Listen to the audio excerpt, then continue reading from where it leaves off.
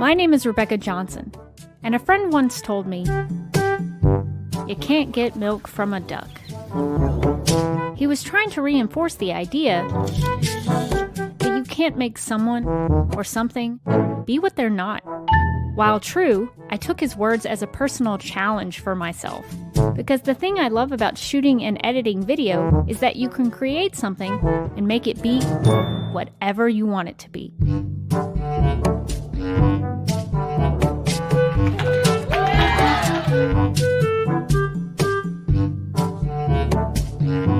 I'm on the night bus from Harry Potter right now. That is not how you pronounce that. Hey kids, what's up?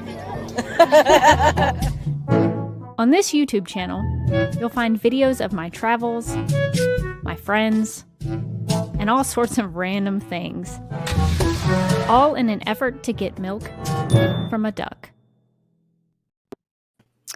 Welcome to the DuckmilkProd YouTube channel. My name is Rebecca Johnson, and I have scoured the globe to find warriors to join me in discussing Zack Snyder's Justice League.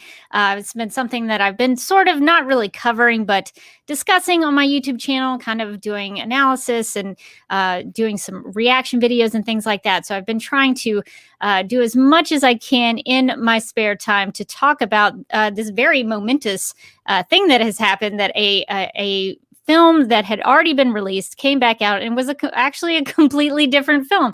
So with me today are some friends of mine, and actually some podcasting colleagues. I would say that in a formal manner, because these two guys with me today are some excellent podcasters who've been doing it for a very long time, and they are both DC podcasters. So welcome, Mark and Andy. Thank you for joining me today. Howdy. Hello. What a great introduction. Thank you. I think I can believe it about Mark. I mean, I think I don't know if you're trying to kiss my butt for anything, or if it's something you want from me, but like, you know, I can. Well, no, it's all 100% truth and honesty. So I'll let you guys introduce yourselves to my YouTube channel audience. So Mark, let's start with you. Tell us who you are and what your podcast is and what you're into. Okay, awesome. Perfect. Well, I do a podcast called DC Cinematic Minute, where we analyze all the DC Cinematic Universe films minute by minute. And that includes, we started with Man of Steel back in 2017. And then we did Dawn of Justice, the Ultimate Edition, minute by minute as well. And so forth with Suicide Squad, Wonder Woman. And now we're able to talk about Justice League minute by minute. And I'm really fortunate because it just so happened that we got Zack Snyder's version of Justice League in time to do Justice League. Otherwise, we would have been covering the 2017 version minute by minute. And so basically what we do is every episode is devoted to a single individual minute of the movie. And we deep dive into the cinematography, the lore, the behind the scenes stuff that's going on with the minute, and just really get to talk and soak in everything about that. And so we've had plenty of guests who have come on for each episode and join us and bring their own unique perspective into it. And Rebecca has been that special guest for Man of Steel, Wonder Woman minute, I believe, right? And Dawn of Justice, and hopefully Zack Snyder's Justice League. So Yeah, I would love to. I think you guys do such a good job because number one, you're consistent, which is hard for what you guys do because you put out episodes all the time. I only do the one episode a week, and it's difficult for me. So kudos. And you do have a lot of a variety of voices. I know sometimes I have very vehemently disagreed with some of your guests, but that's okay because everybody is able to bring their own opinion to things. That's been the biggest thing. That's been our biggest thing since day one has been, let's bring in all the different voices. We're not going to have, because Nathan, my co-host, and I will gush about the film all day, and we'll talk about how much we love Henry Cavill and Gal Gadot's Wonder Woman and what Zack is doing in the movie and all this great stuff. It's easy for us to gush about that, and then to bring another person in. And we've had people with the same opinions as us, and it just becomes a little bit repetitive, redundant of like, yes, we love these movies. It's great to bring in someone who's like, I don't like this movie, and I don't agree with this part here, or let's change it. Maybe this part works better. And sometimes we agree, and sometimes we go, hey, that's how you feel. Let's leave it at that. And I think it creates a better energy, because it's always just, I think when you're able to eliminate that divide, that schism between people, it just makes things a little bit more peaceful. Like, yeah, we can agree to disagree and not seem like people who argue on the internet all the time. It's so violent about things, about comic book heroes. So we love eliminating that kind of border.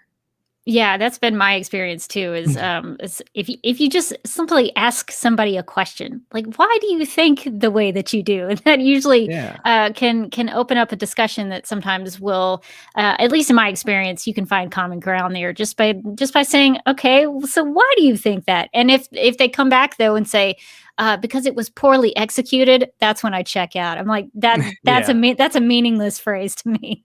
I don't know what that means. So find a better way to describe why you don't like something than just saying it's poorly executed. Exactly. That's my personal opinion, and that's the standard I put on myself. Describe your feelings. Anyway, so I think that you guys do such a good job, and I'm happy to join you for Zack Snyder's Justice League, and I'm glad that it timed out in the way it did, so that you could sort of skip the other version and go right to the good stuff. Yeah, exactly. That's good. Well, also with me today to have this discussion is my friend Andy Babact from the Flash podcast, from the Titans Doom Patrol podcast. He has his own YouTube channel. Andy, if I'm missing anything, let me know. But he's everywhere, and so sadly, I'm everywhere. I've been told that I'm sometimes too social and like trying to get too much attention. So it's just, I'm trying to work on that. Well, I think you do a lot of great work, especially a lot of great podcasting work. And so I'm glad to be able to follow you everywhere in what you do. Especially, you also do some writing. So not only do you voice it, but you type it out. So that's good. So thank you for joining me for this discussion, because we've been talking about some stuff leading up to Zack Snyder's Justice League. We've done some audio commentaries. If you want to go to the YouTube channel, youtube.com/DCTV podcasts, you can check out those audio commentaries there. I also have them. I also put them in my playlist here on this YouTube channel. If you want to go check them out, just add it. I don't know why she's like, I'm almost ashamed to say, it's like, no, it's your part of that network too. Of course, share whatever you want. So it's just a little bit more accessible here. But anyway, so thank you for joining me. And I guess we could just get straight to it, because we're all here to talk about Zack Snyder's Justice League. And so I was curious, what was y'all's experience like when you first watched the film? Because I think everybody had a little bit of a different experience. I think most people watched it on HBO Max, but I was just curious, how did you all consume this 4-hour epic? So I guess, Mark, we'll start with you. What was your first experience watching it?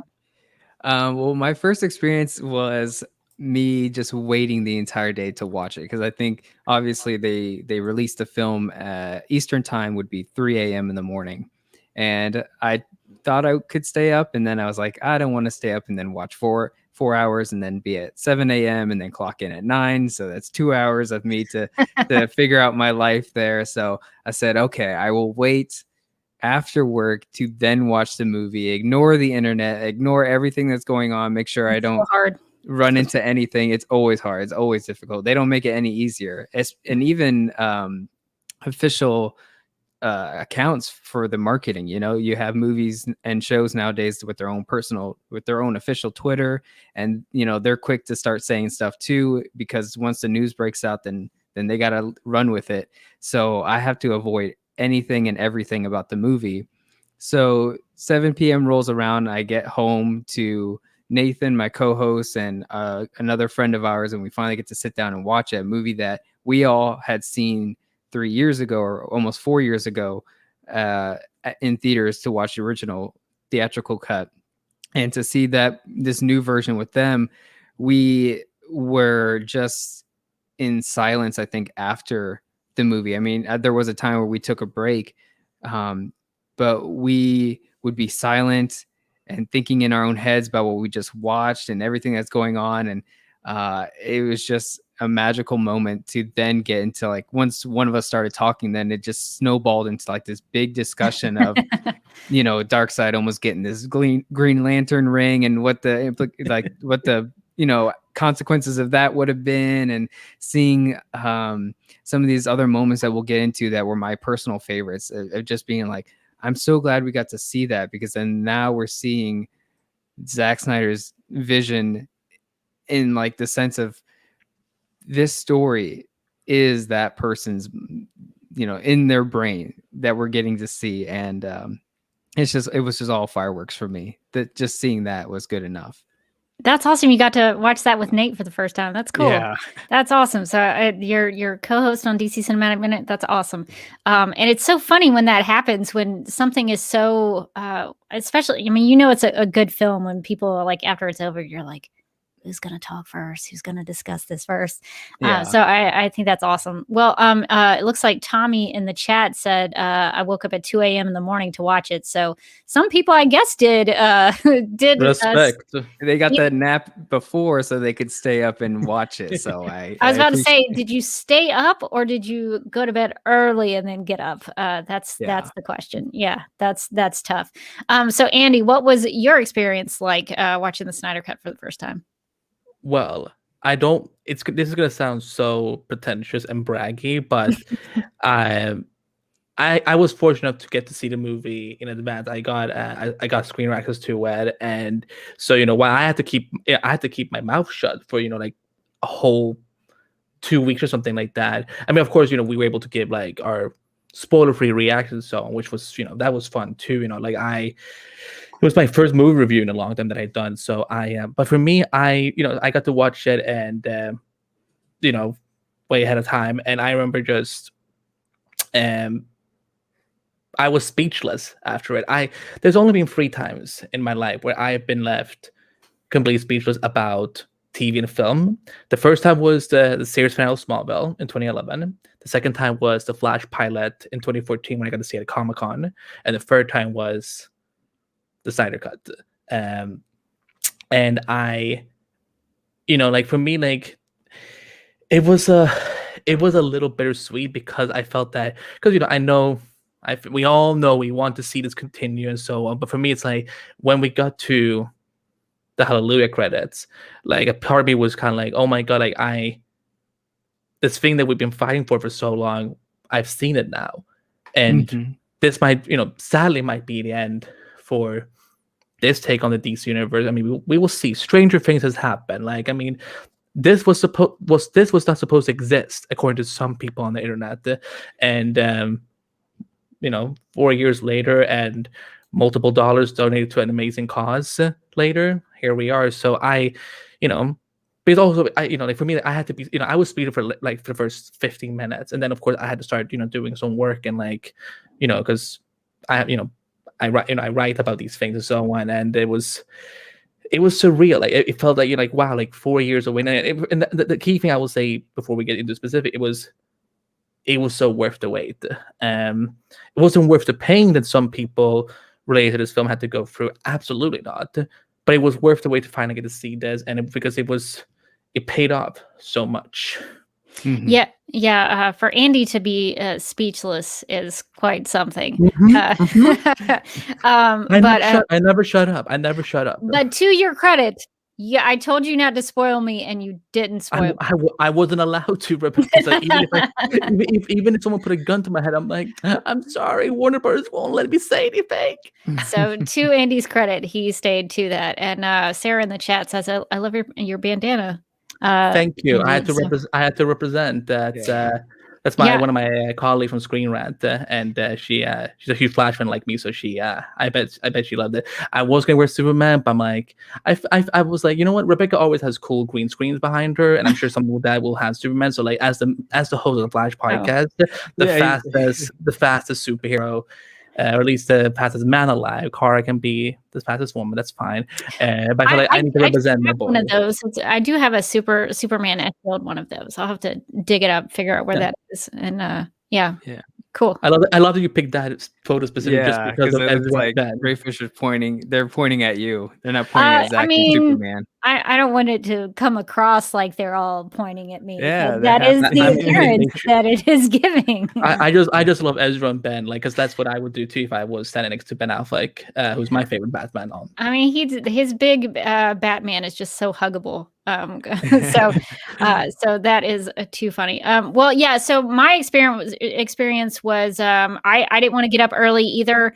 And so I ended up watching it really kind of late, around 6 p.m. at night on March 18th. But I decided I was going to make a big event of it. I made my grandpa's chili recipe. I had this huge feast of a layout because I get snacky when I watch films. And so I knew that I was going to be in there for a long time. So I was like, I got my nachos, got my popcorn, got my chili, got my cookies.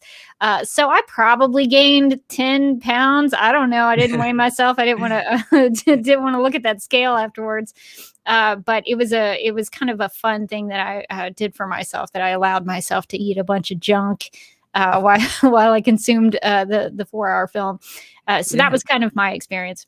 Yeah, it seemed a little more ceremonious than most of these. So we've had a lot of these movies that have been released directly to streaming sites, given the condition of the pandemic that we're in. But this one, the Zack Snyder's Justice League, when it released, and I got to sit down and watch it with people. Normally, I watch these movies with friends, and we either watch it on our own, and then we come back and we talk about it.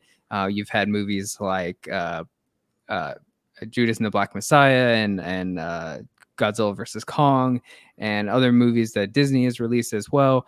And they've all just been something that we will watch, when we can, and we'll watch it online together. But for Zack Snyder's Justice League, I mean, Nate was getting popcorn ready as well, and we also ordered Mexican food as well, so we had nachos, and it just became like a big deal. And we say that a lot, Nathan and I, we say it on the podcast, but this movie is a big deal. And that seems like such a quick thing to say, but the more we say it, the more it hits us, like the weight of this cinematic moment in history. It's like, this movie's a big deal. Not just with us as fans, but the critics online, people on the internet, the filmmakers, the studios, everyone looking at this thing, like, this is a bigger deal than we think it is, and it just became, I don't have any plans to do that with any other movie in the future, of sitting down and acting like I'm having a movie theater experience at home. Yeah, I don't know about y'all, but I had people messaging me on Facebook, people who don't comment on any of my things, people who are just like my Facebook friends, but like I haven't talked to them in 10 years or something, and they would message me and they'd be like, hey, I watched Zack Snyder's Justice League and I really liked it. And I was like, hi, hello, how are you? I'm glad you liked the film, but where have you been the last, I don't know how many years of my life? And it's interesting to me because I would consider those like the normies. They're not they're not in the general audience. Okay, that's a nicer. Normies. But like the people who are not I guess nerd culture or in the Snyder people who are sane. Yeah, the people who are not all consumed with this kind of thing. So I thought it was pretty fascinating that even it reached out even to that group of people, because I think it had become such a cultural event. I knew people who hated Snyder's DC films who sat down and watched it and liked it. So that was very interesting to me. because I don't know that, like, for example, that didn't really happen with Wonder Woman 1984. I mean, people would ask me about it, but I was like, so I don't know that it had that same kind of impact, which would have been the only comparison that I wouldn't have known of personally, because I didn't watch like Godzilla versus Kong, that kind of thing. But so that's kind of the comparison I have to it, is Wonder Woman 1984 that had a similar situation. And it was something that people talked a lot about. I mean, that, what is his face? The guy who played Maxwell Lord. Why am I blanking on his? Pedro Pascal. Yeah. I know those memes were kind of circulating for a while. Which for are a while. They're still going around. Fantastic. Life can be better. So those things, created a conversation, but I don't know if it was on the same scale as Zack Snyder's Justice League in my world. I gotta agree with you because I had a friend who normally he has had like different opinions about the DCU, and so I think he liked some of them not so much, and so on. But as he saw that I was like, like if I would post it on Twitter, or if I would post it on Facebook, or if he would see an article that I had written about it, so he was like, "What is this whole Snyder Cut thing about?" And I'm like, like one time I had him over here, and I explained the whole history. I mean, as much as I could because it's a long, long history. But he was like as I kept talking about it, I could see his wheels starting to turn. He's like, okay, when is it coming out? And I'm like, March 18th. And what about it? It's like, can I watch it with you? I'm like, sure. Just make sure that you aren't sick. So we watched it together. We watched it together, and like, because I had already seen it, so I kept watching. Like, I kept looking at his direction all the time, being like, is he liking it? Does he like it? Did he hate it? Or like if he laughed at something, I would like, did he laugh at it or laugh with it? And so by the time 4 hours later, and he stayed at night and so, and we would like talk about the film, and I'm like, so did you like it? He's like, yeah, I really enjoyed it. Like, I'm like, this is like probably like my favorite one out of all the DC films that's come out so far. I'm like, wow, I'm kind of shook. I mean, not that you enjoy the movie because Zack Snyder is a genius, but for me, it's like, because like having heard his opinions in the past and so on, like I was just like, oh, like he not only was he fascinated by this movement and the history that this film has, but he was like he embraced it, he enjoyed it. So yeah, it was like we're never gonna have a film like this ever again in cinema history, like because no film has ever been treated like this by the studio that did that. Normally, like they get sorry, go on. Oh, I was going to say the only comparison really is the Donner situation with the Donner cut for Superman 2. That was the closest comparison, but there's some really serious things that happened with Zack Snyder's Justice League that I don't think happened with the Donner cut. So that's and even with the Donner cut, it was just a few. To my knowledge, just a few scenes that were changed and altered in a little bit of a way, but yeah. This was a complete overhaul. So it was I consider it a little bit different, but there are some similarities there. If people go back far enough.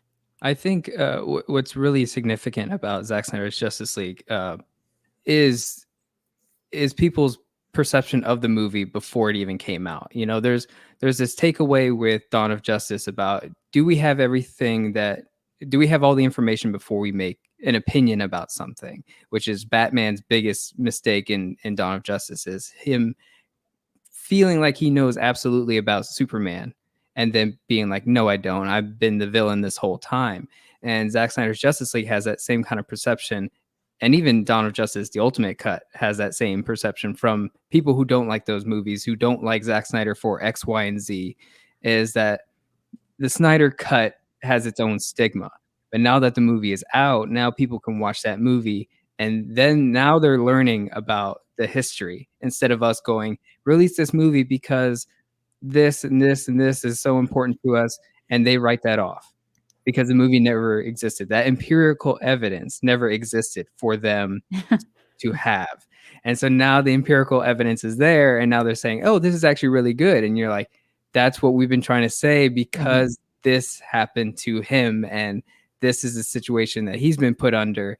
And so now that it's here, like, I'm glad we've all kind of had the same situation where people who are not so invested are coming to us and being like, oh, I'm on part 6 right now. Like, you've never talked to me before in your life. Now you're telling me you're watching this movie and you're talking to us about it. There's so many people like that.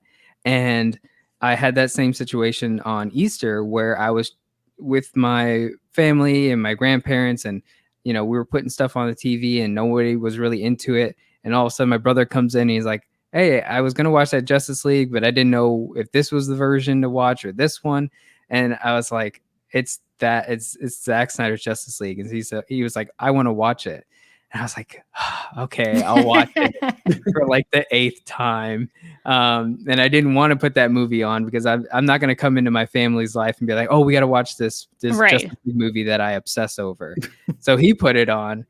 Everyone in the house was glued to the TV for 4 hours, including my grandparents. I was just like, I have to tell Nate about this on the show after I get home because they're into it. I didn't want to make them watch the movie, but now they're upset. They're like, and so after the movie ended and they enjoyed it, which was also a surprise, then I got to talk to them about what happened, and it's all a weird miracle to me in this experience. Yeah, it is kind of a complicated story when you try to sit down and tell somebody who's a completely blank slate about what happened with this film and why it's so important. And I guess care. And why they should care, exactly. And I think maybe this is a good place to talk about some of those differences. So when you watch Zack Snyder's Justice League for the first time, were there things that stuck out to you that you were like, oh, this is so much better than the Justice League version that we got?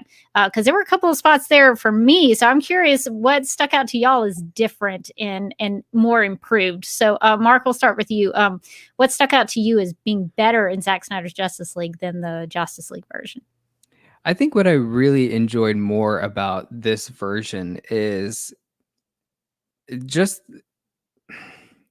a mythological take with it, with the characters and the heroes themselves, and deep diving more into why they're so godlike and why that's important and why we aspire to be like them. I think this movie sets that up more, and it really does deliver on that promise from the other 2 films that said, hey, we're going to get to that more hopeful superhero ideal that we strive towards, that we look for in comic books.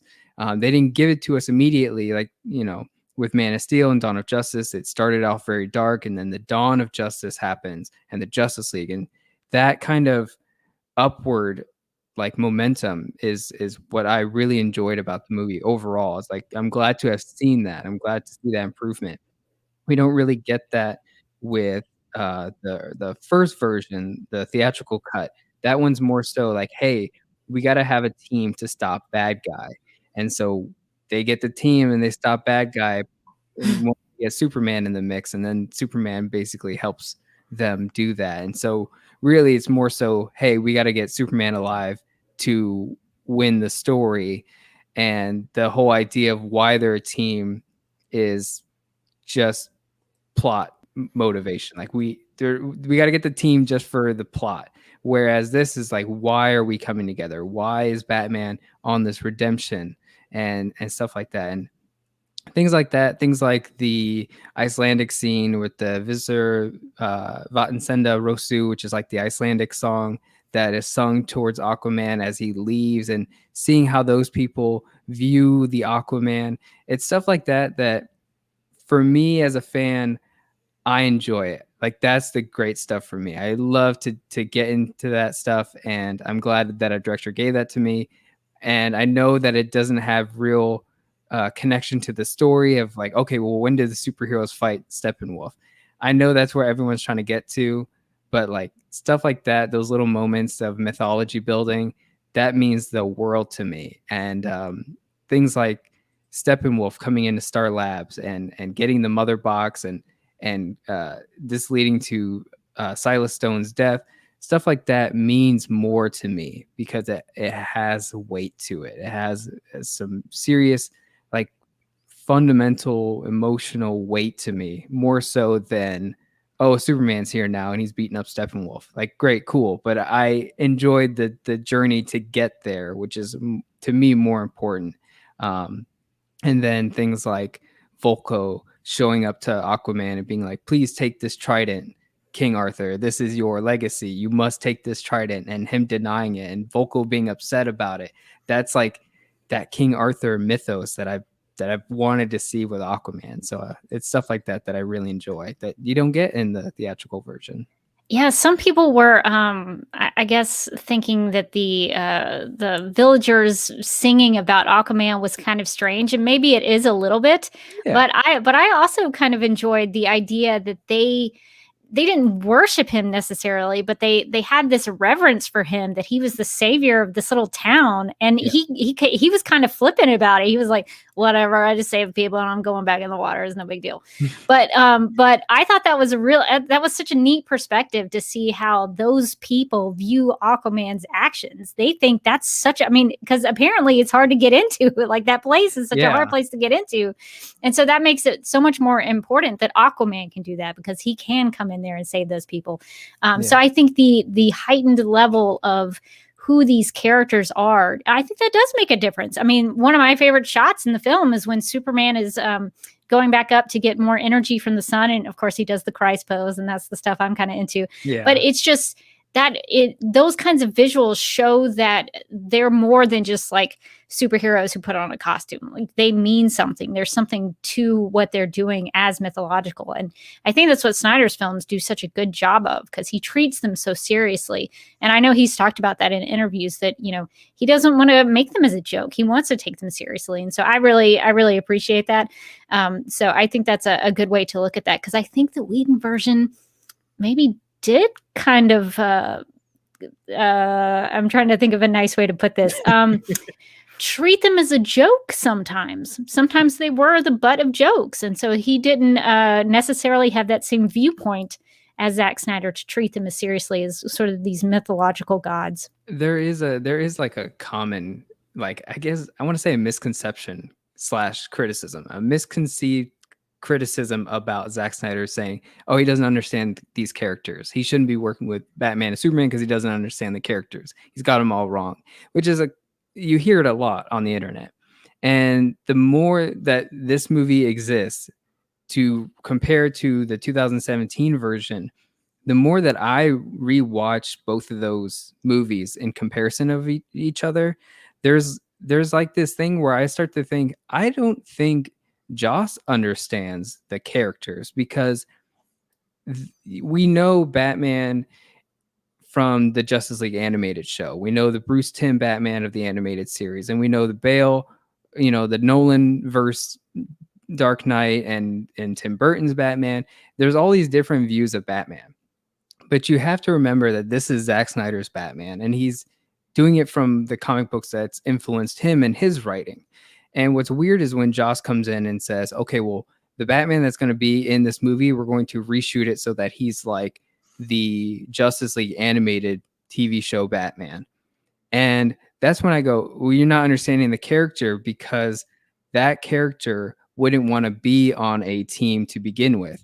And this story is set up that he's been redeemed by Superman to be a better person and to bring these heroes together, not because they need to fight a bigger threat alone, but because the world needs them to protect and to be heroes again, to reinvent the age of heroes.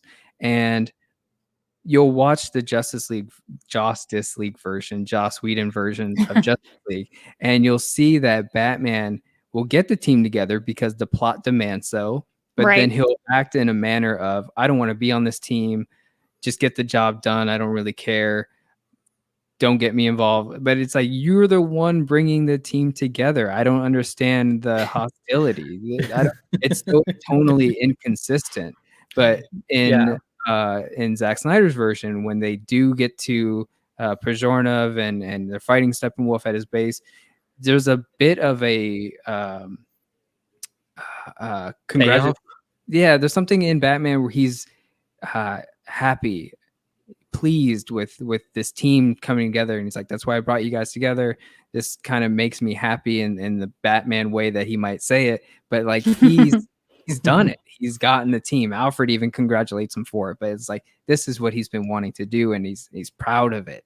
And that's why it seems just like tonally consistent. And there's some other things you can watch in the Justice League version and be like, I don't think he understands the character, because why would that character not do that? And I think Andy knows what I'm talking about when I, the Flash. There's so much of, I don't think he understands the Flash. If this is the Flash that we're seeing in Zack Snyder's version, I don't know why they did him like that in the other version. So, Andy, would you like to respond? Oh, I have so much to respond with. For me, like the immediate difference that I notice is that because so I love DC and I love Marvel. Like, spoiler, you can love both. It's fine. It's totally fine to do that. But for me, what I've always seen the difference between Marvel stories and these stories is that Marvel is very centered on like human characters, and that gets powers. Like, they're not. But DC, I feel like it's about gods and legends. Like, it's kind of like something. There's Batman stories where people don't know if Batman is real. There's stories where people don't know if Superman is actually real or if the Flash is real. And I feel that Jaws. Okay, so say what you will about his problematic behavior and action zone that he's done, throughout this whole thing and in past years. As someone because I watch Buffy, I watch Angel and so on, and what I've always noticed is that for every part that he does, he always has kind of like an archetype structure. Like, there's always one that is super sarcastic. There's one that is sardonic. There's one that is overly optimistic. There's one that is brooding. There's always you can watch any of his films or any of his movies and see like the difference from Buffy to Angel to Avengers, all of that. And that doesn't work with Justice League. That's why the 2017 film is horrendous. Like, I don't even calling it a film feels like an insult to people who actually make real movies. Like, I think the best thing to put it is that this is the Windows Movie Maker project that should have been exported.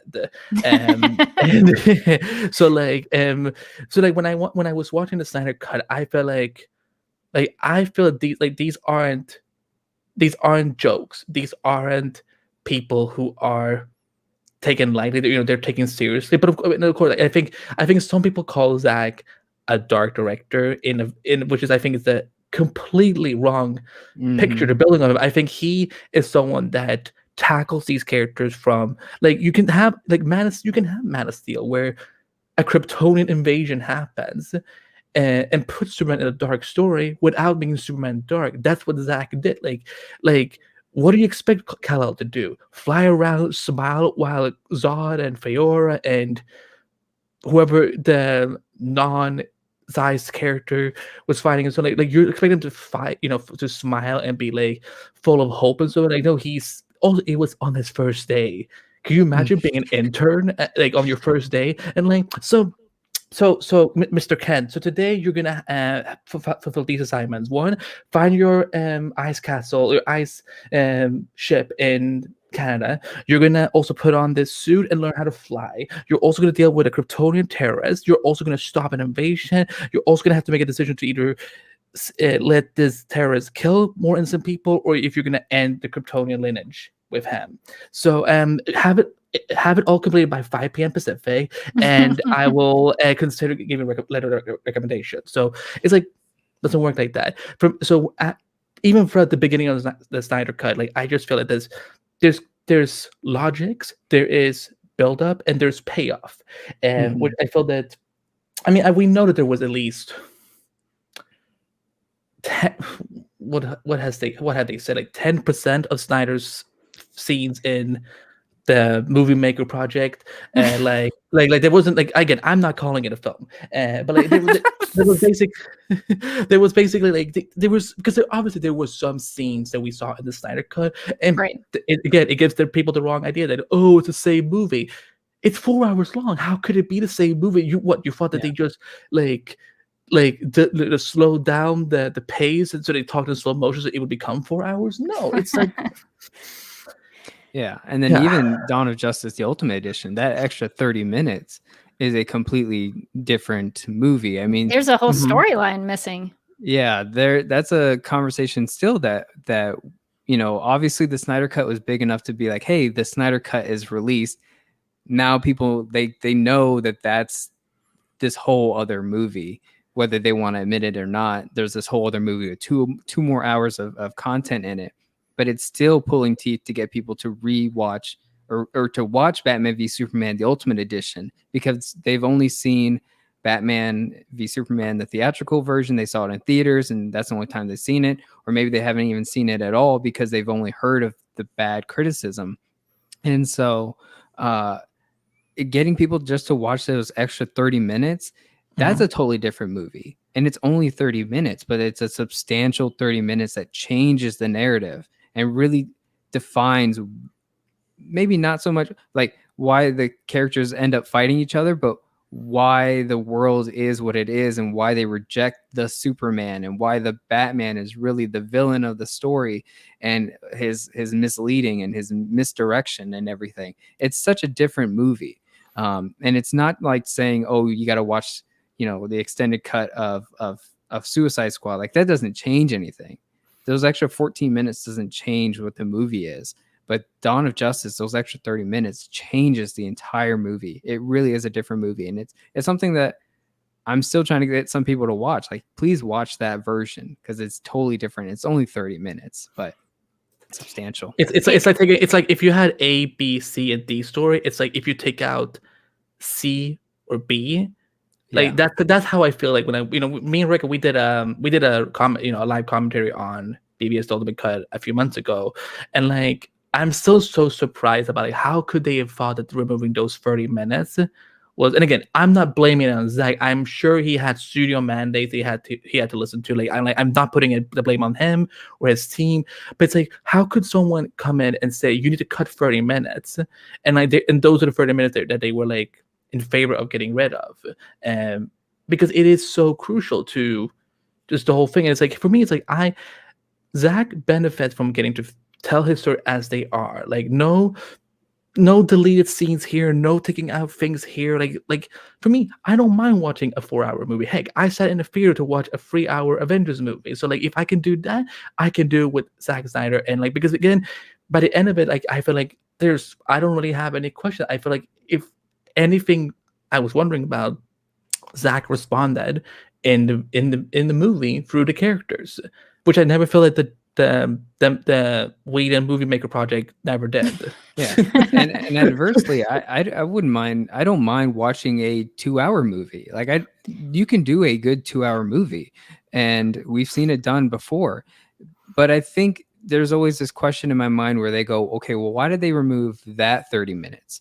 And then with the Justice League, why did they remove, an hour and a half? Well, really, why did they remove almost all of the movie and then replace it into a 2-hour movie? Like they took 5 hours of footage, condensed it down to like maybe 30 minutes, and then built a new hour and a half into a 2-hour film. And that part always gets to me where I'm like, I don't know why you did that, because something that I talked about on my podcast is I'm waiting for someone to recut this movie into a 2-hour film and be like, look how much easier this would have been. Look how much more consistent it would have been if we would have just gotten Steppenwolf talking to Desaad and Darkseid in those 2 hours. Like, that would have been enough to permit us to enjoy who the bad guy is. And why bring in the Russian family? Why cut down Flash to be a Flash to do different things?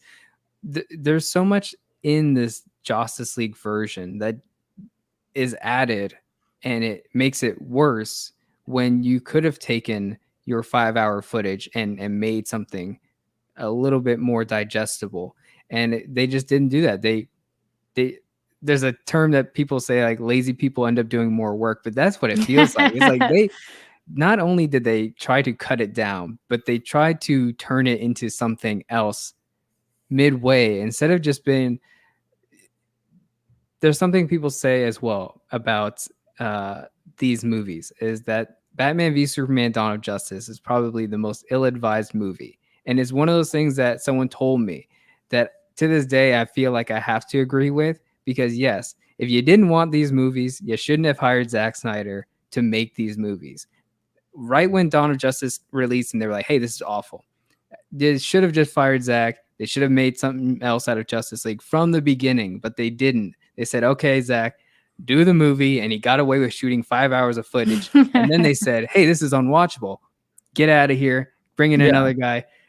Why now? You should have hired Joss from the beginning. You should have done whatever but taking that movie and then trying to make it into a different movie midway, it's always going to be a recipe for disaster. It's one of those things that boggles my mind, where it's like they should have just stopped while they were ahead. And some of those changes don't make a whole lot of sense, because I'm thinking specifically of the Martha Lois scene when they're at I guess Lois's apartment, and it's right before we get the first reveal of Martian Manhunter. But that whole scene was perfectly fine. Like, why? I mean, you didn't have to have the Martian Manhunter reveal. You didn't. I mean, that was something that you didn't need if you wanted to put that in the Justice League version. But it was perfectly fine. Like, you didn't need to make any changes, but they went and rewrote it and reshot it and turned it into something completely different. So those are the things, when I looked at the two different versions, I was kind of even more perplexed than I was originally, because I was like, no, this is a perfectly fine scene that you could have used in that other version and it still would have made sense. So those kinds of things I didn't really, of course, they probably rewrote them to add more jokes and, talking about alien probes on the. No, that's questionable. Yeah, I mean, those jokes aren't even good. They're not even good. They're not even like ethical jokes. They're not even like. Yeah, so I will admit, it's a lot of that. There's one joke that I still sometimes laugh at because it always throws me off, and it's. I cannot believe this. Okay, so when in the Movie Maker project, when Superman, I'm gonna listen. That ain't a movie. That's not a film. No, that's totally acceptable. Yeah. So Superman shows up and like finds out about the mother box says or something. I don't know. I don't even care about that thing anymore. But he says something like, well, I'm sure they didn't just bring me back because you like me. And Batman says something like, I don't not. And because for me, I'm a Ben Ray shipper. Like, I love Ben Affleck and Henry Cavill together. Like listen, I still go back to this day and rewatch old interviews with them because they're so adorable together. So just to see Batman being like slightly like, yeah, like I'm kind of crushing on you. I did laugh. I do laugh sometimes because it always throws me off. But it throws me off because it doesn't. That's not in Batman's nature to be like, I don't not. Again, that is such a typical Whedon line where like you could like, I swear to God, I feel like Xander or someone on Buffy has said that several times, because it's always about sarcasm. So like, yeah, for me, I want to respond to something you said, Mark, is that I don't understand. What I don't understand either is that if they were so disappointed with the box office result of BVS and the critical reception, even though BVS made like over $800 million, like 873, I think. Even almost 900 then. So like, for me, one, I don't like, if something that I created made $9 million, I would be like, let's become like Scrooge McDuck and just swim through money. Jumping in coins would probably not be good because it looks uncomfortable. But it's like, if you were this disappointed, you could have done what Mark said. You could have hired a different director, but obviously they read the script, they signed off of it. It wasn't like they were being forced to do it. Like, they signed a deal. Like, yes, Zach, we're going to pay this much. Here's your budget. We like the story. Go do your movie. And for me, it's like, if I was working in HR and hearing all these issues that were like, no, we don't actually like this. You have to make it into this in the middle of like. How long was the production? Like from 6-7 months, something like that. Something like that. So it's like, if you were this, like if I was hearing things like that, it's like, no, you signed a contract, you have a deal. This is the movie you're gonna make. And so for me, like I don't know where their logic went because it was obviously not in the room. But yeah, like I fully agree with you, Mark. If they were so against Snyder, from even because, I mean, obviously they seemed happy with Man of Steel, but it was BVS where they were like, well, it has to be, it's too dark. Let's, but hey, you do Justice League anyway, however you want. Well, this is a conversation that I've been having lately with people is Man of Steel is not really Zack Snyder's film. I mean, Man of Steel is coming off of the Dark Knight trilogy being such a success, and they wanted that Christopher Nolan, really not the Snyderverse, but they wanted the Nolan verse. They wanted Superman within the mindset, within the vision of Christopher Nolan. So Zack Snyder's name is on the movie, but you have everyone involved like David S. Goyer and Christopher Nolan and Warner Brothers and Legendary. These 4 core factors of the Dark Knight trilogy making Man of Steel. And so Man of Steel is, by its nature, it is this bleak, the color palette is much of the Dark Knight. It has that kind of non-fantastical vibe that Dawn of Justice and Justice League has, because once that movie got released and everyone saw it, they quickly wrote off the criticisms towards Zack Snyder being not fit to film Superman, and that leads into Dawn of Justice. Now, Dawn of Justice is Zack's child. Like, that whole movie and Justice League is Zack Snyder and Chris Terrio, a totally different creative team. It just happens to have Zack Snyder's name on it again. And those movies are these fantastical stories of Superman and Batman coming out of that dark world that they created with Man of Steel and going towards that hopeful, bright, the Justice League that we know from comic books. Like, that's them climbing out of the wreckage there. And it's one of those things that he gets a lot of criticisms for this dark and gritty aesthetic that they think Zack Snyder is known for. But now we have not only the Snyder cut to show people and the ultimate cut of Dawn of Justice, but now you have other stories of Homelander and Omni-Man and who's the other one? Oh, Brightburn. Now you have these movies, which are so much more bleak. Yeah. That are actually showing you that criticism that you have for Zack Snyder's Superman. That's what you think of it. And this Henry Cavill Superman just wants to be a good person. He's not godlike Superman either. He's just a guy trying to do the right thing. And that is the bullseye for this character. And now that we have Zack Snyder's Justice League, now we can see that. And I'm glad that we do. So we can stop with the criticism, hopefully. At least slow it down. Yeah, it's always bothered me. I guess I'm a little bit different of a viewer than a lot of people, because I think BVS is like one of the most hopeful movies I've ever seen in my whole life, and so I'm like, I don't know. It's weird to me that people don't find it hopeful or optimistic, and I'm like, they're basically saying at the end of the film, humans kind of stink, but we can be better. And that's a pretty hopeful message, because I think, it's something that we can all aspire to. And to be able to get to that point, yeah.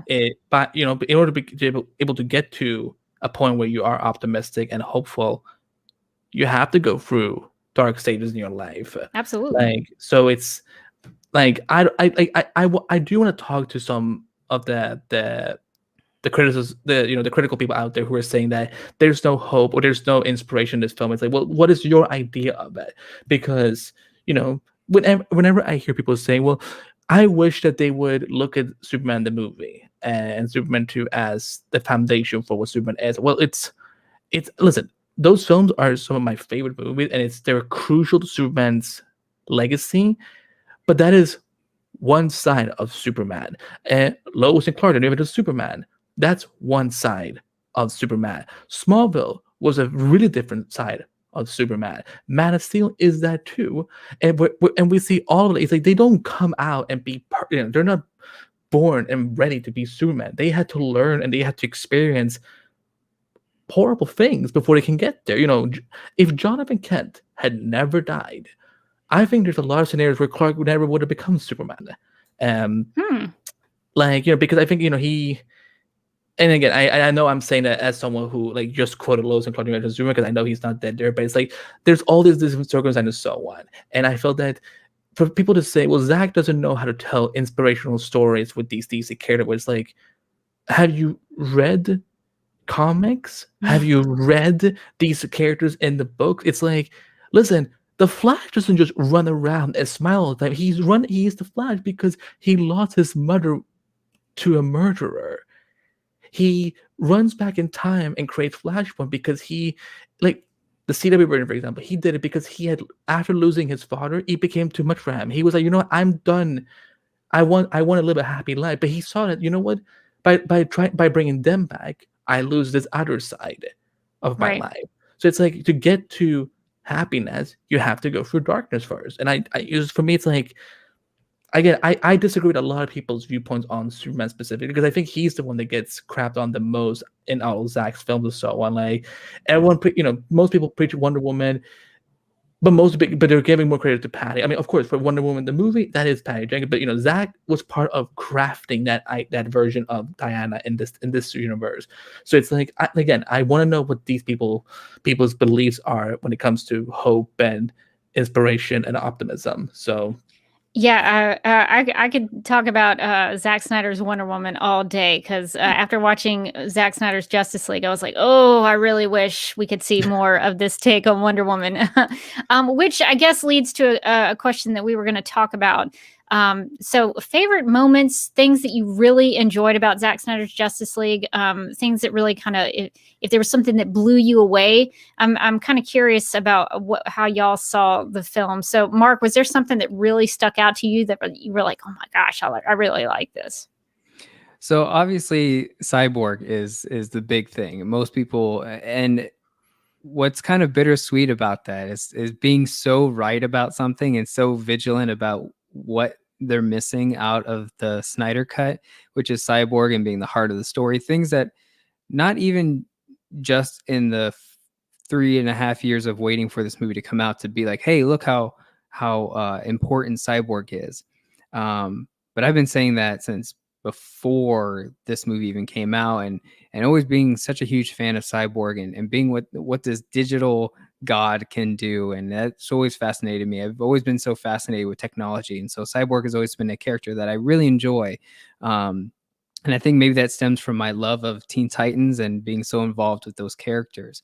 To finally seeing that, and not so much finally seeing that in the movie, but seeing the overall response to the character, that to me has been my favorite part, is people now loving Cyborg and loving Ray Fisher and actually supporting him now that they've seen the movie. Again, it's another one of those things where people wrote him off in the beginning when he was coming after Warner Brothers, and now that the movie's out, now people are actually like, oh yeah, he was right all along. It's like, yes, it would just listen to the person. But the Cyborg being the heart of the movie and doing all the things that he does in the movie, for me, it was a moment of calm to finally see it happen. But even more so to enjoy that people were finally getting on board with how great Cyborg is and was supposed to be. That's the bittersweet part, is that I'm not wowed by what he does in the movie. I'm more so thankful that people are actually accepting him now. The things that I found to be like more so my favorite of like a wow, like I'm so glad I'm getting to see this. Not only is it Wonder Woman being an absolute god warrior, but Steppenwolf as well being an absolute behemoth of a character, then like this giant knight type villain. It's so good to cathartically enjoy a villain. And when Steppenwolf is in this movie, I love it. I love the armor. I love the animation. I love the modulation on the voice. And it's not just Kieran Hines voicing Steppenwolf. There's actually some effects done to the voice now, which you don't get in the 2017 version. I really enjoy Steppenwolf. Like, I enjoy the character a lot. It's made him memorable to me. And, I can watch this movie all the time and just be like, yeah, I'm enjoying some really good Steppenwolf content here, because it's just a giant armored alien badass, which is something I haven't really felt since Spider-Man 2, which came out in 2002. And that was Alfred Molina playing Dr. Octopus. And I'll never forget as a kid walking out of the theater and being like, that was one of the coolest things I've ever seen, is this guy with these 4 robotic, maybe it's my love for technology. I think I've said this before on other Cyborg, podcasts. Doc Ock, yeah. things are running together. Yeah, I'm starting there's to see something the pattern about like these giant mechanized monsters and gods and monsters and something like that. That's like, that was cool. That Dr. Octopus guy, that was awesome. And seeing this Steppenwolf, it was like, that guy's awesome. So when I say like the Star Lab scene is one of my favorites, which doesn't exist in the other movie, it's just like Steppenwolf lands, there's all these people around him, and he's just concerned about that box is missing where it should have been right here. And he's like, then he like comes in Star Labs, and it's got like this slow motion effect where he cuts the doors open, he steps in, and he stands up, and he's massive, and it's he's like huge. Oh, yeah, it's like, I love that stuff. Give me that all day. When you said memorable, when you said memorable, I thought for a second that you said memeable, because that's also true. Yeah, Steppenwolf is very memeable. Yeah, I mean, Rebecca, we literally showed Darkseid himself, like some of the things that we found, and like we're still texting each other back and forth, like, did you see this thing? Did you see this video? Baby Grogu, Steppenwolf, Steppen Kitty, those kinds of things. Oh my god, those eyes. Mark, did you get like obsessed with the eyes the way we did? This is another thing about Steppenwolf. Like, my idea of the character before the movie had even come out, before the 2017 version had ever come out, we were going to get Steppenwolf. And I always had, knowing that it was Kieran Hines coming from Mance Rayder from Game of Thrones, and I always had this idea. I was like, oh, I wonder if they're going to like treat him as this villain who doesn't want to be a villain kind of thing. It doesn't exactly happen that way in this movie, but you still get that context of he's belittled by Darkseid, and so you kind of have some sympathy for the character. And then that does happen in this movie, where you sympathize with the guy a little bit, enough to be like, oh, he just wants to go home. He's got to own up to what he's done, and he's kind of like indentured, he's enslaved a little bit. So you sympathize with that character. So right away, when I saw the trailers and you see Steppenwolf with his eyes and everything, and I was like, he looks sad. And I like that. I like that he looks sad. I like that maybe we'll be like, oh, what a poor guy. And then he becomes a complete misogynist to the Amazons. And then you're like, he can die. He can die real quick. Yeah. By the end of it, you're like, okay, Diana needs to take him out. It's time. It's time. Yeah, I think that was something that really stuck out to me, because Man of Steel had a great villain with Zod, and even Feora. BBS, I mean, Jesse Eisenberg's Lex Luthor is like my favorite Lex Luthor now. And so to not have that continued great villain in a Zack Snyder DC film was strange to me, because he is kind of one-dimensional in the Justice League version, but he's so much more interesting. One of the things that I took away was I was much more interested in Steppenwolf, and the visuals were incredible. The beach scene with the Atlanteans, I mean, he looks so real in some of those shots. And so I thought I guess I never would have thought that the spikiness of his effects would make such a difference, but I really do think they did. I think it adds to the threatening, menacing aspect of his character, and just the connection to Darkseid and Desaad, I think really did make such a difference for him as a character. So I think Steppenwolf, I don't know, just do a little time check. How long do y'all have with me? About this, I can do this all day. Okay, because I don't want to take y'all too long, but I know we had a couple of other questions that we wanted to. But yeah, I can do this all day. That wasn't the reference. Like we can't cross those streams. No, I'll cross the streams. Because if we're going to talk about people who take their superheroes seriously, I think that's one of the things Marvel has done really well. Is the entire Captain America universe of the MCU, especially with the Falcon Winter Soldier and all the movies of Captain America. Hey, they take that guy seriously, and that's the best part of the Marvel universe for me is Captain America. So I would agree, even to the Peggy Carter TV series. I thought was really great. So I'm not much of a Marvel person, but I loved that Peggy Carter show.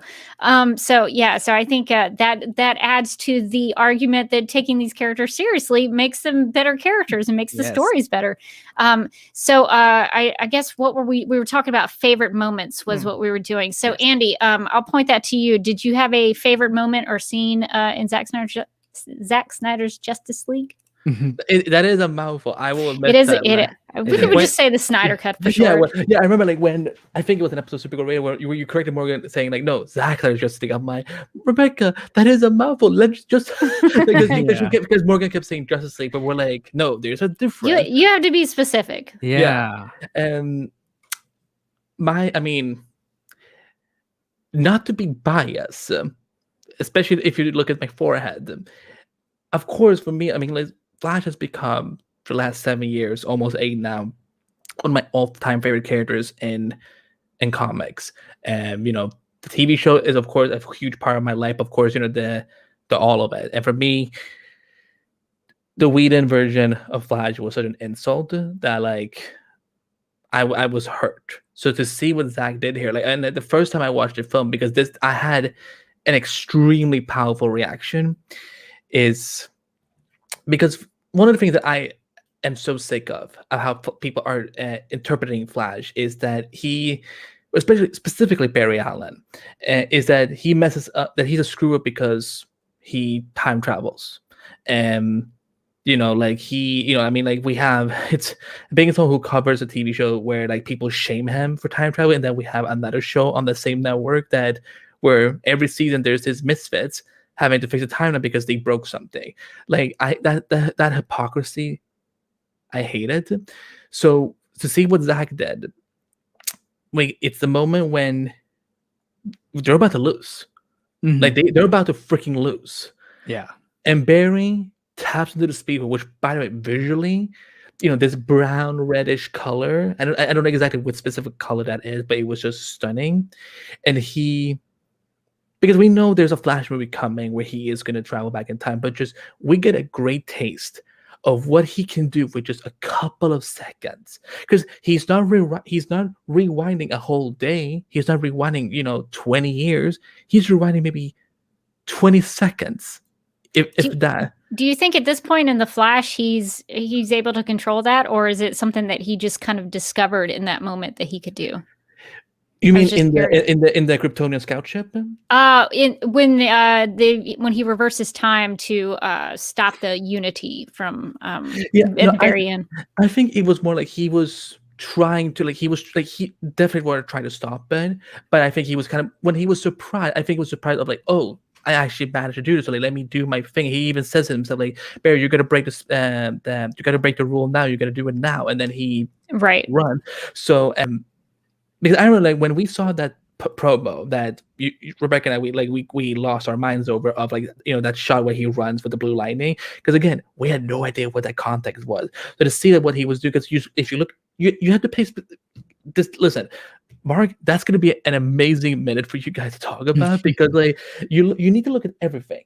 Mm-hmm. When he takes one step, his Speed Force energy is literally recreating life for every step he takes. And then also, Junkie, I swear to God, if Junkie XL does not get an Academy Award nomination for this, I'll be like, listen, I'm done with the Oscars then. Like, I will be done with it forever. I think he deserves something. He's got not only this movie, but Kong and Army of the Dead. He's got a lot of movies this year, so he deserves some recognition. I mean, just statistically, he has pretty good chances. Pretty good chances. Right? I mean, I wonder if they'll nominate him twice, like, in the same, like, best. I don't know if that's allowed. Yeah. Well, I mean, we will see. But Barry starts running, taking one step at a time, and we see all the lightning recreating things. And this is why this is what I've been trying to explain to people for at least 4 years now, since last season 3 or 4, after Flashpoint, where, like, you guys are just sick of time travel because you don't want to, because he is, because they do stories that are, it's a little more simplified. But Barry being a time traveler it's an essential part to his character. I could not even imagine the Flash without time travel. Like, it would almost be like if you took away, like, it's almost like if you took away Iris out of his story. That's how weird it would be if he wasn't able to time travel. So to see that he rewinds time and he recreates everything, and also he listen, that's a mantra now where he says, make your own future, make your own past, and, like, the music, everything. I maybe rewatched that. Okay, because listen, I will admit it, and I'm not. I kid you not. I've rewatched this film 17 times now, both for work purposes and also for enjoyment purposes. And when the music comes in and, like, he rewinds everything, and, like, also he's getting ready to say goodbye to his dad, because he was willing to sacrifice himself for these people. and knowing that there was a chance he wouldn't make out of it, and that's why he says the thing he says to his dad. And like, for me, that is, even though I know this is an origin story Flash movie, I think this does such a big favor for Andy Muschietti's upcoming Flash film, where like you can see, like, you got a taste of how powerful he is, and with things that this mythology can give to you as a viewer. So like that's like, I mean, listen, I love this whole movie, and there's so many things favorite moments about it. But like, for me, like the Flash was the thing that spoke most to me, and of course, I mean, because I love Ray Fisher, and it sickens me what he had to go through, and to see that, you know what, it wasn't just them hyping it up of like, oh yeah, he's the heart of the movie. He was the heart of the movie, and so I get why he was so upset about what we saw in 2017, because like again, there's a difference of taking a character seriously and making a character dark. Like, and I think people they've lost that concept altogether. So for me, it's like, I hated the fact that Barry was like a comedic slapstick joke throughout the 2017 Windows Movie Maker project. Here, it's like, you know what? Yes, he's optimistic. He's lighthearted. Like, there's a difference between lighthearted and over the top comedic. But then by the end of the film, you see that he is grown. So I wish people would. Again, I don't want to say that, I wish people were smarter, because that's not what I'm trying to say at all, but I just wish that people would, like, not just look at what MCU is, because I feel like this whole culture is looking at what the MCU is doing to evaluate whether something that isn't a Marvel movie, if it's a good superhero movie or not. Yeah, it's an unfair comparison, because I think they're trying to do different things. And I would agree that the Flash had a really I think if we do any of these live streams again, I think we'll have to maybe take some of the questions. I overestimated how much we would love to talk to each other. So we have a lot more topics that we could discuss and maybe break them down into like one discussion. But I think the Flash got such a big upgrade in Zack Snyder's Justice League, and I think he still retains some of that comedic element of him. I mean, one of my favorite moments that literally made me laugh out loud. I was thinking back to the Justice League version and how some of those jokes felt forced, but it really got a belly laugh out of me when Superman pushes the Flash aside and he runs into Aquaman, and at the end of that big fight, the Aquaman's pointing at him and he's like, I am so sorry. That really got a huge laugh out of me, because it was something that was unexpected. I think comedy, you have to go for the payoff, but also the unexpected aspect of a joke. That's what's going to make you laugh if you don't see it coming. And so I think they retained some of those comedic elements for the Flash, but they made him such an important character. I mean, you talk about those things being built as he runs. I think Zack Snyder compared it to like little tiny big bangs every time he took a step, and that's just. I like the term big bangs. Because I'm not like I'm not a cosmologist who knows all these things, but I've studied a little bit about Big Bang cosmology, and I know the singularity. It's so the specifics of it. If it had been a teeny little bit different, we would all like have exploded. Like, there's so many things that had to have gone right with the Big Bang for it to have happened, and so just to have that comparison in my mind is incredible, to think that the Flash, every time he takes a step, he's doing that. That blows my tiny little brain. So I think that is such a cool thing that the Flash got to do, even though it was not, we didn't get to see him, I guess we didn't get to see him go to the Batcave, right? But we know that those kinds of things are possible when he, Lois Lane is the key, that kind of thing. So we know those things are possible, and we get to see that with him. And we've even talked, the three of us, about how goofy his running looked in the Justice League version. But in Zack Snyder's Justice League, he's throwing lightning bolts when he's running, and it makes more sense for him to have those bigger gestures with her arms, and so with his arms. And so I think that is something that was really impactful for me with the Flash. Just to kind of throw out some of my quick thoughts, and I guess we'll kind of wrap it up here, and then maybe save some stuff for later if y'all are ever game to come back and talk with me. But some of the things that I loved, surprisingly, was the Wonder Woman stuff. I don't know why. Maybe it's because I was so disappointed by Wonder Woman 1984. Maybe that's part of what it was. Because in Wonder Woman 1984, I was so bummed that Diana saved the world by sitting on the floor. Like what? What was that? Oh I didn't think about that. She was like sitting on the floor in the corner, and that's how she saved the world. And so it was very strange to me. And so then to go into Zack Snyder's Justice League, she's like doing all kinds of things with her shield and the lasso and the extra stuff in the scene where she saves the little girls in the school group. I mean, it was surprisingly violent. She is throwing guys up against the wall, and they are not surviving. I guess I'll put it that way. No, but they're fine. They're fine. They're totally fine. It's just a little bit of blood on the wall. It's fine. But they're gonna make it. Can someone take the shot of Rebecca and Jeff it into what she said? It's just a little blood on the it's just I mean, the hat that like makes it out in just the lone hat falling on the police car. He's maybe still around somewhere. It's just maybe going to a different person, I guess now. But that's some of that was surprisingly violent, but I thought it was great to see Wonder Woman in action and being proactive. And the Themyscira Amazon stuff, oh my gosh. I hope that sometime in the future when conventions are happening again and I go to Dragon Con and I see Wonder Woman cosplayers together, I want to hear, Daughters of Themyscira, show him your fear. That was one of the coolest things because Zack Snyder gave them like a 300 Spartan moment. And I was just...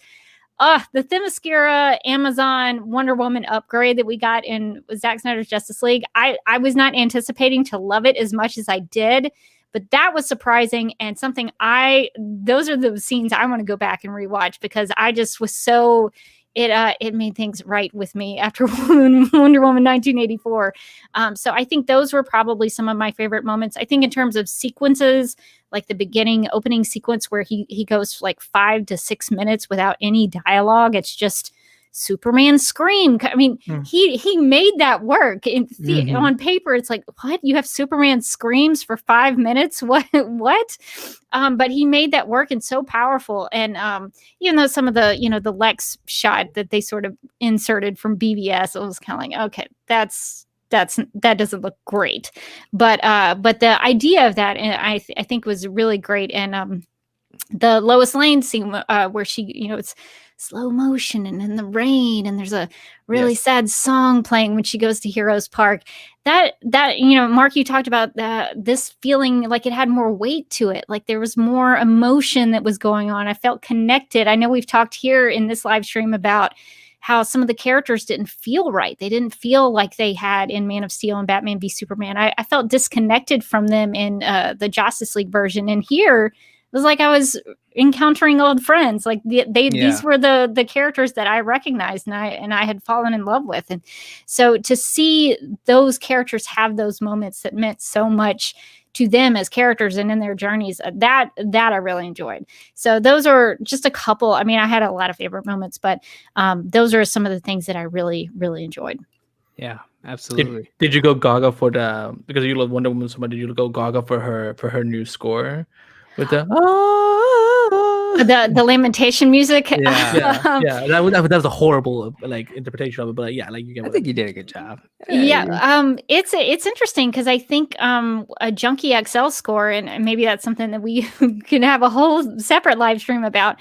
But what I think is impactful when you compare Zack Snyder's Justice League to the Justice League version is how much music makes a difference. The music makes such a difference because the sequence when Wonder Woman saves going back to that school group scene in the Justice League version, it's the Danny Elfman Batman Returns kind of Penguin is arriving kind of music. Yes, and it doesn't feel very threatening. But in this one with Zack Snyder's Justice League and Junkie XL, I was like, oh, something's going down. This is about to get real. And I think that makes such a difference. Music makes such a difference. Yeah, I think we're kind of at that moment right now. By the time they're watching this on the live stream, where we are with our podcast, the DC Cinematic Minute, is actually talking about that criminal courthouse scene and how different it is with Junkie XL's music. It's a little bit more tangible because unfortunately there are real life scenarios of people with these kind of extreme political views that they'll go into public areas and commit such acts of violence. And it's something, this scene parallels what you see in the warehouse scene in Dawn of Justice, which is Batman coming in and fighting these Anatoly Knyzev, KG Beast, and all these other henchmen, and also being in that situation of, if I don't end this man right now, there is someone who is going to die here in this moment. And those heroes take that as utmost urgency and seriousness. And you see that again here with Wonder Woman dealing with, for lack of a better name, Roose Bolton from Game of Thrones. And it's moments like that that make it so much more important. And I've talked about the music that Danny Elfman did for this scene, just takes it into completely tonally incoherent moment where it's like, this is a mass shooting, but you're playing it off like Joker and his henchmen are just coming in and having a fun time in here. It's just this very campy piano composition that's happening. And then just to backtrack real quick, we talked about Lois Lane in that moment with that Distant Sky song as she mourns for Superman or Clark and brings coffee to Heroes Park, and you get that kind of sad musical moment with her. That was another thing where it's like, we've never seen this before. We hardly get to see this in general in DC Comics history.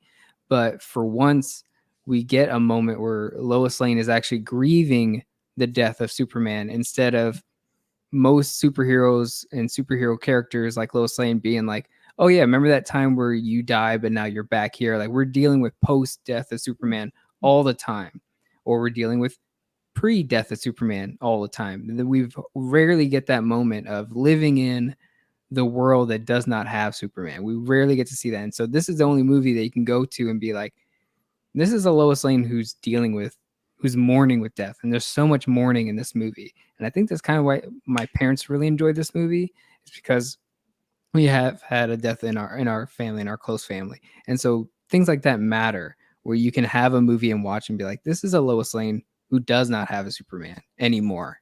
And she's mourning that. And like, you can only get it in this movie.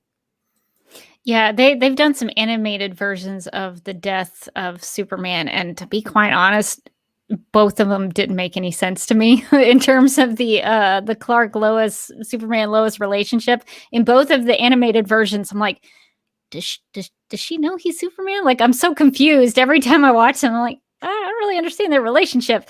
But here, I mean, she still wears the ring. We found out later she's pregnant with little baby Superman or little baby Supergirl. We don't. I think we probably can assume it's a little boy, because in Zack Snyder's 5-film arc, they do have a son. So I assume that they could have twins. They could have. We have a precedent for twins now in the Superman mythology. Yes, we do. So I think that, the Lois stuff, that we didn't get more than I expected from her, but we got something that was more in line to treating that mourning and that grief seriously. And for me, seeing that, it was it really made up for a lot of things in the Justice League version that I didn't like, and we all know the scene that I'm talking about. I don't have to tell you. The only thing I wish they would have done a little bit better, because for me, it's like, I wasn't clear when this film was taking place. Like, is it a year after Superman's death? And if so, how can she be pregnant? So like 4 to 6 weeks. Is it 6? If it's 6 weeks, because I think once it kind of became, when Zach said, like, she's totally pregnant, I'm like, okay, then it must have been a month or so after, and that's why it made sense. For me, it didn't make sense in 2017. Whatever you want to call it, where Lois is already back at the plant, and is so up. I'm like, well, he just died. You like I would not go back to work if I had lost someone like that. Like, that's right after, a month or so after. So I think that's why I love the Snyder Cut so much, because like, yeah, we don't get a lot of Lois, sadly, but everything like all of the scenes that she's in they're important. They make there's a point of it. Like, that's why I love the Martian Manhunter Lois scene, because like, I know some people have been like, why did he show up as Martha? Where it's like, well, Swanwick also cared for Lois. They have 2 movies together when they work together, and so of course but he knew that she's not going to listen to me as Swanwick, because she looks at me as a military character. So why do I like try and show up as the woman of the man that she lost, and maybe she will, like, because all he was trying to do is like trying to get her back in the world and so on. Like he wasn't trying to like force her to do something. He was like don't give up your life. Like, you know, try to come back to us at some point. So, you know, it's, again, even if you have just 5 to 10 minutes screen time in a film, if you use them right, it can be some of the most powerful things in a movie. So yeah, I think that's one of the things that's really important to me, is getting to see that Lois Lane, even though she didn't have a lot to do, she had an arc. You know, she does talk about how she's struggling with going back to work. She, you know, her Daily Planet ID is stuck in the drawer. She's not ready to do that yet. And so even with the Martian Manhunter scene, you know, he says that she's important too, and she can contribute to saving the world just as much as the superheroes and the mythological beings can do. And so I think that that's really important for Lois, even though she got to save Superman at the end. She got to, you know, like, for me, it made more sense for her to see it on her own than having Alfred just be like, just sit in the car and just wait. But he's about to kill them. Like, no, just sit in the car and wait till you can get out. Like, that. I think that was Whedon's mentality of like, well, we're gonna have her on the side, and we're only gonna use her when it's necessary. Like, you should have put her in front of them as soon as she saw him, so she could have saved him. So yeah, I felt this was more authentic. Yeah. Yes. Yeah, more authentic and more reverent, I think, to the actual gravity of the situation. Yes. Well, we are about an hour and a half, and so I don't want to take up too much y'all's afternoon. And so maybe we'll come back. There's so much I want to talk about. I want to talk about things that surprised you about the film, things you didn't maybe like about the film, what you thought about Justice's Gray. I have so many questions. So there's probably some other opportunities for us to get together and chat, and maybe we can find other folks who want to come with us, because, you know, like the Justice League Roundtable, there's always, you know, room for more. There's opportunities to bring more people in. So I'm just gonna hit some comments real quick, and then we'll get out of here. Anthony says the song that played when Barry saved Iris was fantastic. I would agree. That was so beautiful. That was my beautiful DCEU West Allen just getting to, like, that was so cute. Also because Barry trying to get a job is like exactly what I am when I'm like, when I walk up to a person and be like, I think I have heard of it somewhere. Like, I was gonna be here 5 minutes ago, but the bus just like wouldn't come. Like, and he's a dog person, so he gets plus points from me. Well, and he did seem to get it, or at least I think he talked the lady into it. Yeah. I think, well, I mean, eventually he also got a job at CCPD, so I think unless he's a Flash, he could technically be in all 3 places. He could have multiple jobs. I think that's very doable for him. He can have his foot in the door. Yeah, Mark, were you going to say something? Yeah, just something about that song, you know, a song to the Siren, I believe it's called. It's the first song on the soundtrack if you were to listen to it. And I think that's always such a great thing to do, is include your needle drops in your movies, put them in the soundtrack as well, especially if they mean something to you. And that's why that scene sticks out so much to me, is because that song is featured in the soundtrack, and I love revisiting soundtracks for movies. And so I'll hear that and I'll be like, oh, I have a connection to it now. And then when I watch the movie, I see that scene, and that song means so much more to me. And you know, I wish they would include the other songs that they put in there, especially the ones for Aquaman and Lois Lane, and even the Icelandic song are things I would like to revisit because I enjoy listening to them. So absolutely, that song is perfect for that scene. Yeah, I thought it was a nice choice just based on tempo. It was a slower song, and it kind of fit with the slow motion and the way he was controlling time. So yeah, I thought the people who were like, why is there slow motion in a Flash scene? I'm like, do you know what he does? That's what he does. So yeah, that's pretty funny. Just taking a couple more comments here. Woodblock 707 said, "Is this the Rebecca from Supergirl Radio?" It is indeed. I hope that's not a disappointment for you. So just wanted to let you know that is me. I'm usually on the DC TV Podcast YouTube channel, but I do have my own YouTube channel over here at DuckmilkProd. So so if you're interested in hearing my thoughts that are not Supergirl related, you can subscribe to this channel and hang out over here and enjoy the various kinds of things I put up here on this YouTube channel. But yes, that is indeed me. Let's see. I think there were maybe a couple more things to get to. Let's see. Let's see. We'll take this one and then we'll wrap it up. Nine Spectre 528 says, if I had my way, I'd have Man of Steel 2 essentially being a live action version of the Superman Brainiac comic. That would also be something that maybe we could talk about in the future. Which one was that again? Let's see, Superman Brainiac. I think that's maybe he's talking about the or she. I don't know who a 9 Spectre 528 is. Sorry if I got that wrong. But I assume that's maybe talking about the Jeff Johns Superman Brainiac storyline. Is that when Jonathan died at the end? I'm not really sure about the Jonathan stuff. I'm pretty sure I want to say they made an animated version of it. I want to say they had already adapted it. Superman Invasion with Matt Bomer. Maybe Superman Unchained, I believe. Maybe Unchained is what I'm thinking about. Yeah. Yes. Is that the one where Lois flips Brainiac off? It might have been. I want to. There's so many Brainiac that's... stories in Superman stuff, in Superman stories. The Brainiac thing is look, they've been trying to do the Superman Brainiac thing since the death of Superman Lives. The story Superman Lives should have been like the 5th Superman story before they did Superman Returns. And then with Man of Steel and then Man of Steel 2, everyone's been asking for Brainiac. They've been trying to do it for a while. I don't know. I think they're just scared too. It's one of those things. And it shocks me because I don't know if you ever watched Krypton, but I know Rebecca did, but they showed us what they can do with Brainiac in a whole season, and that's so great. Chef's kiss that Brainiac. Yeah, it's that's why I'm kind of disappointed that Krypton wasn't part of DCU, because I feel like so much of that storytelling made sense with their Krypton, and even if it doesn't look like it, I mean, I also they did some cool stuff with Brainiac on Smallville. So I feel like if you want proof of that Brainiac works in live action, you need to watch both seasons of Krypton and just see that, because first of all, Supergirl season 2, 3 and 4, this you can make Brainiac green and not make him blue weird, but also he is such a great villain where it's hey, you could even make a whole trilogy of Superman Brainiac stories where maybe one movie ends with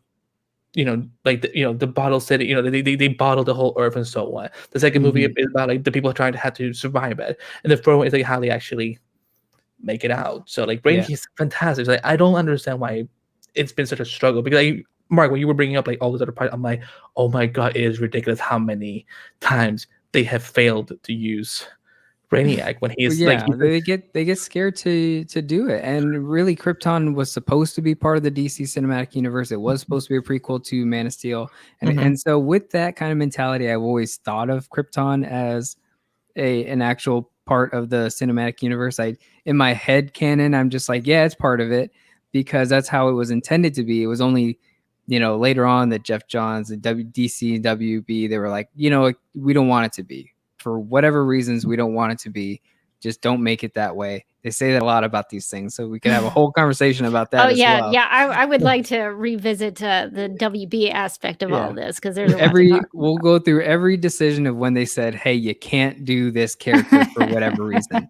We have a multiverse, but you're not allowed to do it. Right. We can have a whole episode just dedicated to those type of conversations. But Brainiac is something they've always been trying to do, and it's actually really easy to do it. I think about it a lot with the typical format of having two villains, right? You have your Darth Vader type, and you have your Emperor Palpatine one, the one who's pulling the strings, the Brainiac, if you will. It's really easy to introduce Brainiac in the way of saying, I want that last Kryptonian. If there's only one left, I want him. And so you just introduce another character who is Lobo, who is your bounty hunter, and you say, hey, I need you to go get this man. And now you have two villains, one who's pulling the strings and one who is the hound dog who goes after. And so Superman could have his big battles with Lobo and then finally get to Brainiac and be like, okay, I got to stop this person who's collecting everything. So easy. I mean, before Sasha Kaje was cast as Supergirl, I thought it would be a great way to introduce Supergirl in the mix with Brainiac. You could tie her, because she has a lot of ties to being in Brainiac's orbit.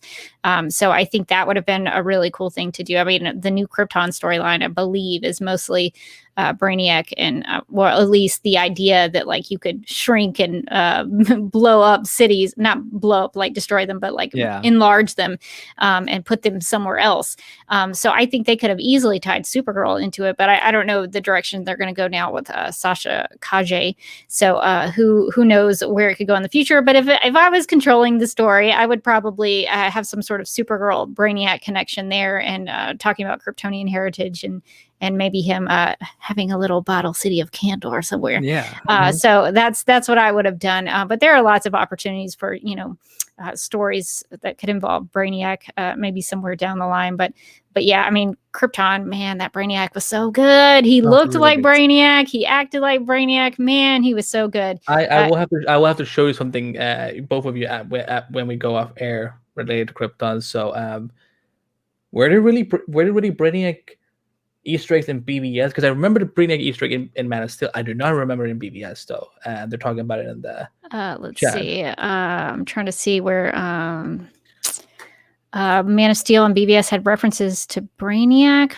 Well, there was the Phantom Zone sort of has like the three dots in them, like it has that sort of triangle shape, so it's sort of Brainiac. I don't know about BVS though, but I think Man of Steel had a little bit of that. I know. Was there something? Oh, sorry, go on. Oh, I was going to say Man of Steel had Bertrand's curse, which is a reference to Doomsday. And so Krypton does Doomsday as well. And I think it also does it very emphatically, where you kind of sympathize for the creation of Doomsday and why it's such a big deal for Krypton. So it was another one of those things where I feel like they did it really well, so that when you get to Dawn of Justice and you see the Zod Doomsday, you can... For me, I sympathize with him as well, especially when that Doomsday is in Heroes Park looking at this statue of Superman and going, they idolize you? And then he gets upset about it. Like, I'll always be so attached to that third act of Dawn of Justice. So yeah, there's a lot of symbolism and imagery. Doomsday on Krypton that was one of my favorite episodes of that season. Also because it's just, in hindsight, because the guy who plays is also now Supergirl, where it's like in my head kind of I'm like, Kara, get away from him. That's Doomsday. You can't hold that against poor William Day, even though he doesn't do much in the current storyline. He is not actually Doomsday. But now I'm really confused. Like, was there really something about Brainiac in BVS that I missed? Because I rewatched this film so many times. Yeah, definitely let us know in the chat if there's something we missed in BVS about Brainiac. He said something. It's subtle, but the Kryptonian Archive AI has a knowledge of 100,000 worlds. Oh yeah, I mean, I guess there could be a connection there to the AI in the ship. So that could also make sense. Oh yes, Kelex and Keylor, those little Kryptonian bots. Love them. Love Kryptonian robots. Okay, well, I've taken up so much of y'all's time today, but thank you so much for joining me and having some conversations about these films that we all love, and maybe we can revisit Zack Snyder's Justice League and hit a different angle next time. And thank you all for coming in the chat and asking us questions. And before I let you guys go, just tell people where they can find you and how to keep up with you. So, Mark, we'll start with you. Yeah, absolutely. So my podcast is called DC Cinematic Minute. Like I said, right now we're analyzing Zack Snyder's Justice League by each individual minute. We are 20 minutes into it. So we've got 20 episodes, 20 podcast episodes to listen to. And starting tomorrow, there will be minute 21 of Zack Snyder's Justice League that we'll be deep diving into and taking a look about, talking about it with Nate, my co-host. And we've done 4 other movies the same way. So Man of Steel, Dawn of Justice, the Ultimate Edition, Suicide Squad, Wonder Woman. We've covered those movies minute by minute. So hundreds and hundreds of podcast episodes that come out daily. You can listen to them and tell us what you think about those minutes, like anything that you might have learned or anything that you want to bring to the table. Have those conversations with us, because that's what we enjoy doing. Is we love having a passionate conversation about these movies, not just the lore, but the cinematography and the impact and why these heroes are important to us. Why do we care about such modern mythology? So yeah, find my podcast there and check it out. Yeah, and going through these films minute by minute actually does make a difference. You do see things that you wouldn't have seen if you didn't do it that way. So I think it's a worthy experiment to go through them minute by minute. So thank you for what you do, because I know that's a lot of work. Yeah. So I appreciate y'all's dedication for that. And maybe one time we're gonna have Nate on here talking about things. I'd love to have him join us for some of these kind of things. Andy, so where can people follow you? Well, they can find me all on social media, all across Facebook, Twitter, Instagram, Vero, YouTube at Incompetech, spelled like that. Oh, I pointed it right for once, because I always like I'm like, I get it now. Like, it must have been Cyber, inspired me in your background, Rebecca. So you can follow me at that handle across all social media. And I co-host something called The Flash Podcast, which is covering the CW Flash TV show, the Flash movie that's coming up, and so much more, which is part of the big DC TV podcast network that me and Rebecca do together. Super Radio is part of that as well. So flashpodcast.com, dcpodcast.com, you can go there, and then you can find all of my insane long articles over at screenrant.com. So that, which was one of the reasons why, like, by the time the Snyder Cut had actually come out on March 18th, I'd maybe seen like 9 times, because I was writing articles about it to have ready before it came out. So like, that's why, like, when people were asking me like, how many times have you seen it? I'm like, like 9. Like, like, you're okay. Like, no, really, how many times have you seen it? Like, no, really, 9. Like I have nothing better to do. So there you go. So yeah, definitely keep up with Mark and Andy, because they're doing good work in the DC world. If you want to follow me, I'm mostly on Instagram because I gave up Twitter a long time ago because it was raising my stress levels, so I had to let it go. But you can follow me on Instagram at the Derby Kid. I'm also on Vero if you're into that. I believe it's at Derby Kid on Vero, so you can follow me there.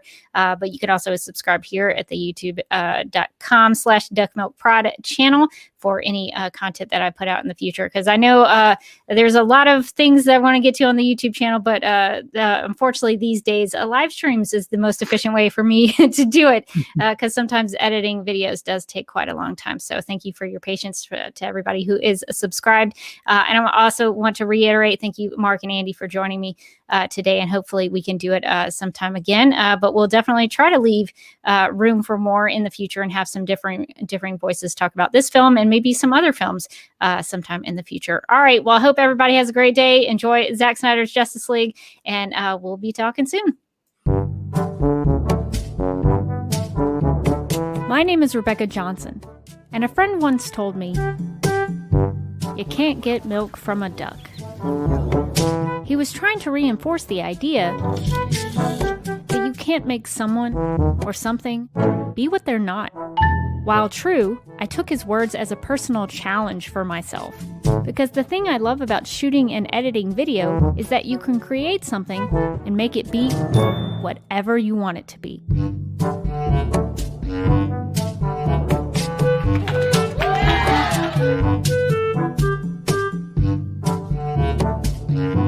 I'm on the night bus from Harry Potter right now. That is not how you pronounce that. Hey kids, what's up?